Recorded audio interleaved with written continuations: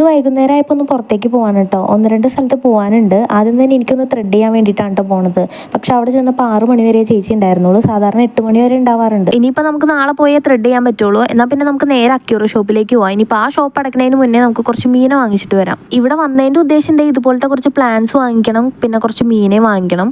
നമ്മുടെ വീട്ടിൽ ചെറിയൊരു അക്യൂറിയം സെറ്റ് ചെയ്തിട്ടുണ്ട്. അപ്പോൾ അതിലേക്ക് ഇടാൻ വേണ്ടിയിട്ടാണ് കേട്ടോ മീനെ വാങ്ങിക്കാൻ വന്നത്. ഇതൊരു ചെറിയ കടയായതുകൊണ്ട് തന്നെ അധികം വെറൈറ്റി മീനുകളൊന്നും ഇല്ല കേട്ടോ, കുറച്ചേ ഉള്ളൂ. അപ്പം നമുക്ക് ആവശ്യമുള്ള ഒരു 4-5-6 മീനുകളെയൊക്കെ നമ്മൾ വാങ്ങിച്ചു കേട്ടോ. പിന്നെ ഒരു 3-4 പ്ലാന്റ്സും വാങ്ങിച്ചു. പിന്നെ ഇങ്ങനത്തെ കാര്യങ്ങളോട് കുറച്ചുകൂടി ഇഷ്ടം താല്പര്യമൊക്കെ കാണിക്കുന്നത് എന്നേക്കാൾ കൂടുതൽ എൻ്റെ ഹസ്ബൻഡ് തന്നെയാണ്. അപ്പോൾ ആള് വിളിച്ചതുകൊണ്ട് വാങ്ങിക്കാൻ വേണ്ടി ഞാൻ കൂടെ പോകുന്നേ ഉള്ളൂ കേട്ടോ. പിന്നെ ദേ അവിടെ നിന്ന് ഇറങ്ങി നമ്മൾ ഫുഡ് കഴിക്കാൻ വേണ്ടി കയറിയിട്ടുണ്ട്. ഈ ഒരു ടൈപ്പ് ക്ലാസ്സിൽ ഞാൻ ആദ്യമായിട്ടാണ് കേട്ടോ ഹോട്ടലിൽ നിന്ന് വെള്ളം കുടിക്കണത്. പിന്നെ ദേ നമുക്ക് പ്ലേറ്റും വാഴലയൊക്കെ കൊണ്ട് വെച്ച് തന്നിട്ടുണ്ട്. അതിപ്പോൾ എന്ത് ഫുഡായാലും വാഴല ഉണ്ടാവും കേട്ടോ. അപ്പോൾ നമ്മൾ ഓർഡർ ചെയ്തത് അൽഫാം മന്തി, പിന്നെ നമുക്ക് 2 പേർക്കും ഓരോ ചായ പറഞ്ഞിട്ടുണ്ടായിരുന്നു. പിന്നെ പൊറോട്ടയും ബീഫും ആട്ടോ പറഞ്ഞത്. നല്ല ഫുഡായിരുന്നു, നല്ല ടേസ്റ്റ് ഉണ്ടായിരുന്നു കേട്ടോ. ഫുഡ് അടിയൊക്കെ കഴിഞ്ഞതിന് ശേഷം എന്താ അവിടെ നിന്ന് ഇറങ്ങി ഇനിയിപ്പോൾ നേരെ വീട്ടിലേക്കാണ് കേട്ടോ പോണത്.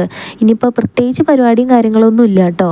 അപ്പോൾ അതേ ഈ മീനൊക്കെയാണ് നമ്മൾ വാങ്ങിച്ചത്. ഒരു 5-6 മീനെങ്കിലും ഉണ്ട് കേട്ടോ. വന്നപ്പോൾ തന്നെ ദേ നമ്മൾ സെറ്റ് ചെയ്തേക്കണ വെള്ളത്തിലേക്ക് അതുങ്ങൾ ഇട്ട് കൊടുത്തിട്ടുണ്ട് കേട്ടോ. നമ്മൾ വാങ്ങിച്ച പ്ലാന്റ്സും അതിലേക്ക് ഇറക്കി വെച്ചിട്ടുണ്ട്.